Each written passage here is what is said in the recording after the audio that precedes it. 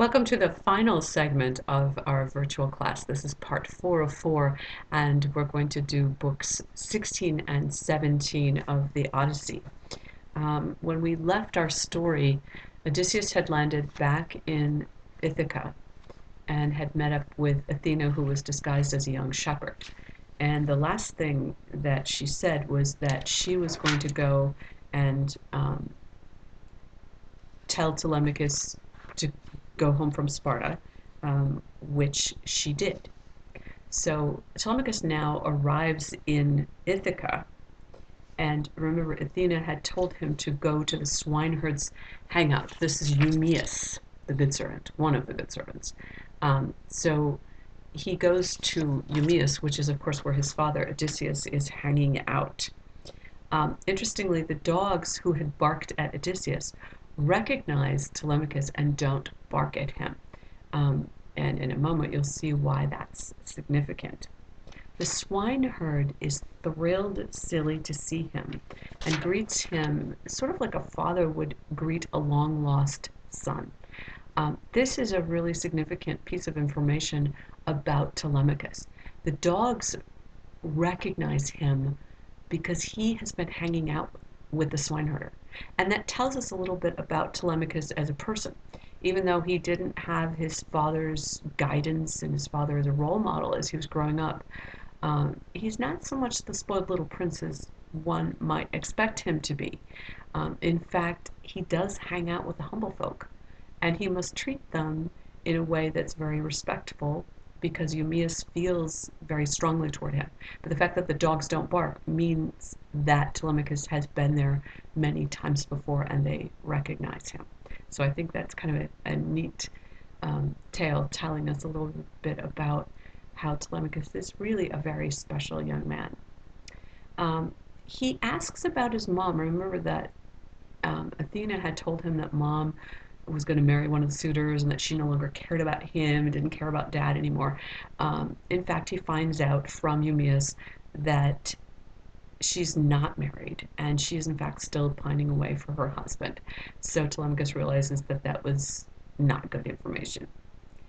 Now, Telemachus, as instructed, sends Eumaeus to the house to tell Penelope that he has returned. And interesting that this leaves Telemachus alone with Odysseus, his father, whom, of course, he doesn't recognize because Odysseus is disguised as a beggar. So that was Athena's plan all along. That's the reason why she said, have him go to the house and tell your mom that you're home. It wasn't obvious at the time she said it, but that was her plot, so that he could be alone with his father.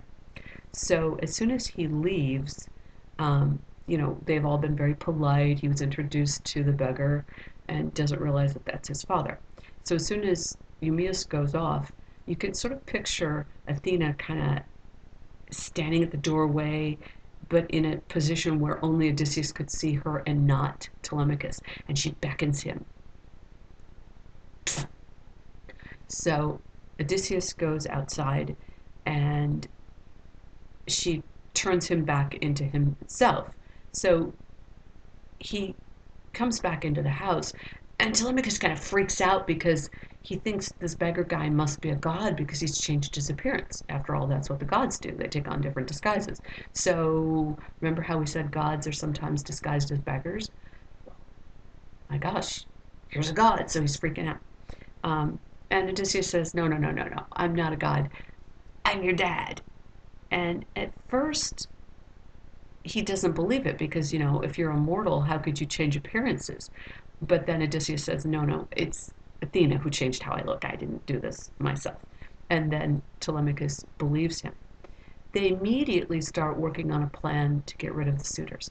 I found that kind of extraordinary because Odysseus doesn't really know his son. He doesn't know what he's capable of. He doesn't know how he's been trained. And he just assumes that Telemachus is good enough to go into battle and take on the suitors. And he says, well, the two of us should just get weapons and kill them all. Telemachus, of course, has been at the house and he knows how many there are. And he says, oh no, Dad, there's too many of them. We couldn't do this ourselves. Um, so meanwhile, Penelope learns from Eumaeus that Telemachus has returned safely. Remember, she thought for sure he was going to be killed because she knew there was an ambush for him. But when she hears about it, so do the suitors. And you can imagine what their reaction is, right? Oh, rats! That that whippersnapper, he escaped. How did he get past our ambush? They thought they had him cornered. Um, and before they can even send for the ship that was out there waiting to ambush him, it returns on its own. And they're very irritated because, how dare he survive? Remember, they needed to get rid of him, A, because he might rise to the throne and become the next king, and B, because they thought he was going to bring back people who would unseat them, who would go to war on his behalf against them. So now, since they failed to kill him on the sea, they plot to kill him on land. The sort of ringleader in all of this is Amphinomus. And he says, we got to do away with him. He's foiled our plot, and before long, he's been on this journey. He's going to claim that he's king. We got to do away with him real quick. The person who replies to this is the suitor that Penelope likes best. And he says, oh, I'm sorry, that's Amphionius. So he's the one who says, no, this is a bad idea. We should not try to kill him. And he says a very important thing. He says, and I quote, it's a terrible thing to shed the blood of a king. And so this is the first time that anyone has acknowledged that Telemachus has come of age. They don't know that Odysseus is alive, but they have acknowledged his birthright, that he in fact is king, only because they think Odysseus is dead. But nonetheless, they have acknowledged that he has taken his rightful place. Penelope overhears all of this, and she confronts the suitors. We now see a very different side of her. One of my questions to you was, what do you think of her in this portion of the story? She says, shame on you. And she particularly gives grief to one man who years and years ago had come to Odysseus when he was a fugitive and he needed help. And she says, how dare you? My husband took care of you when you needed someone, and now you're going to kill his son? What's wrong with you people? Um, so we see now Penelope, who before was just walking around weeping. Anytime she got bad news, she would just weep. And she did show cunning in her little weaving trick, or she was able to kind of work around the system. This is the first time we've actually seen her confront the suitors directly. So you have to ask yourself, why? Why has Penelope changed? And the reason I can think of is that she's become Mother Bear. Up until now, the suitors were an annoyance, and they were robbing her wealth, and she wasn't happy about that. But the cost wasn't so high. Now they're threatening her cub, and she is Mother Bear, and she's going to come at them with her claws. And any one of you who has a strong mother will know that if anyone ever threatened you, your mom would scratch that person's eyes out. That's what she's doing here. She doesn't care what they think of her. She doesn't care what the cost is. She doesn't care what they do to her. She is going to take them on because they've come after her son.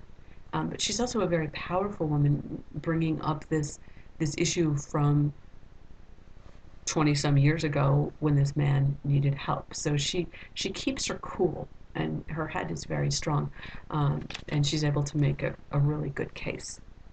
So now we turn to book 17. Telemachus is still, remember, back at the swineherder's house, and the swineherder has come back, and he says, listen, this beggar guy's been mooching off you long enough. It's time to send him out. Send him packing. So show him the way to town so he can go beg for food. Obviously, Telemachus is trying to get his dad to go to the palace because he's in disguise and he's the one person who can go there and kind of scope things out. Plus, he has more war experience than Telemachus, so he needs to take a look at the place. Um, Telemachus himself then eventually heads back to the castle, and his old nurse Euryclea, remember her, she's the good one, um, she's very, very happy to see him because she thought he was going to be killed by the suitors at sea. Penelope comes down the stairs, sees her son, and predictably bursts into tears because that's what Penelope does, right? He, but Telemachus tells her, "Don't start crying. You're going to make me cry." He says, "I've just escaped death, so go take a bath." So I want to take a look at pages 355, bottom of 355, and the top of 356. Again, to just look at the voice that Telemachus uses. He's now come back from his journey. He's become a man in a manner of speaking. And so we see this in the way that he speaks to his mother. We also see how women are regarded. So he says, "Please, mother," steady Telemachus replied, "don't move me to tears. Don't stir the heart inside me. I've just escaped from death. Sudden death. Now. No. Bathe now. Put on some fresh clothes. Go up to your own room with your serving women. Pray, and promise the gods a generous sacrifice to bring success. If Zeus will ever grant us the hour of our revenge. I myself am off to the meeting grounds to summon up a guest who came with me from abroad when I sailed home. I sent him on ahead with my trusted crew. I told Piraeus to take him to his house, treat him well, host him with all the goodwill till I could come myself." I think he's referring to Odysseus here. What we see in the voice now, remember earlier when he first met Athena and he bossed his mother around, he was very condescending to his mom and said to her things like, "Tend to your weaving and to your loom." Now, because he's a man, he's allowed to show a little bit of emotion. And he's saying, "Please, mom, don't cry. You're going to make me cry. Please. I've nearly been killed.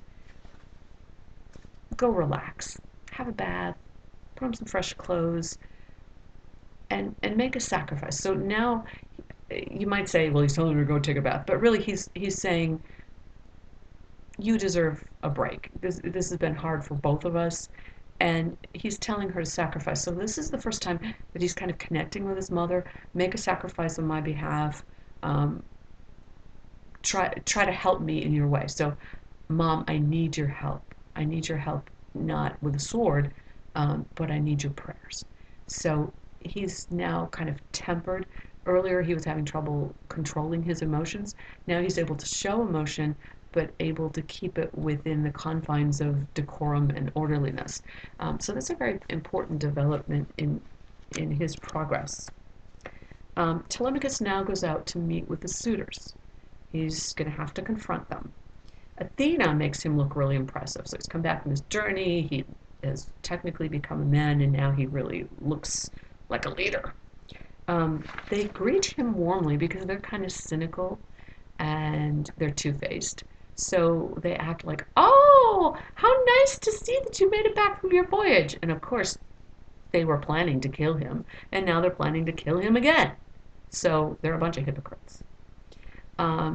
Telemachus sits down with his mom. He tells the whole story about where he was and what he learned, blah, blah, blah. Meanwhile, Eumaeus and Odysseus now arrive at the palace, but Odysseus, of course, is in disguise. Odysseus' old hunting dog recognizes him, but he doesn't blow his cover, thank goodness. So Eumaeus comes in first, then Odysseus. Telemachus, it's interesting to watch how he reacts. He seats Eumaeus. Now remember, Eumaeus is a slave. Seats him at the table and gives him meat to eat. So he clearly doesn't care what the suitors think of him. And he's his own man. He has his own mores. It may be customary to make a slave eat in the kitchen, but Telemachus has respect for this man, and he's acting by his own rules. So he's showing us that he has a lot of strength of character, and he's not really worried about his outward image.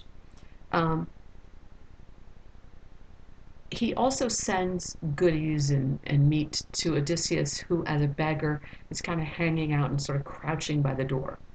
Odysseus then makes the rounds of the table, and I wish we were in the classroom because I love to do a dramatic version of this.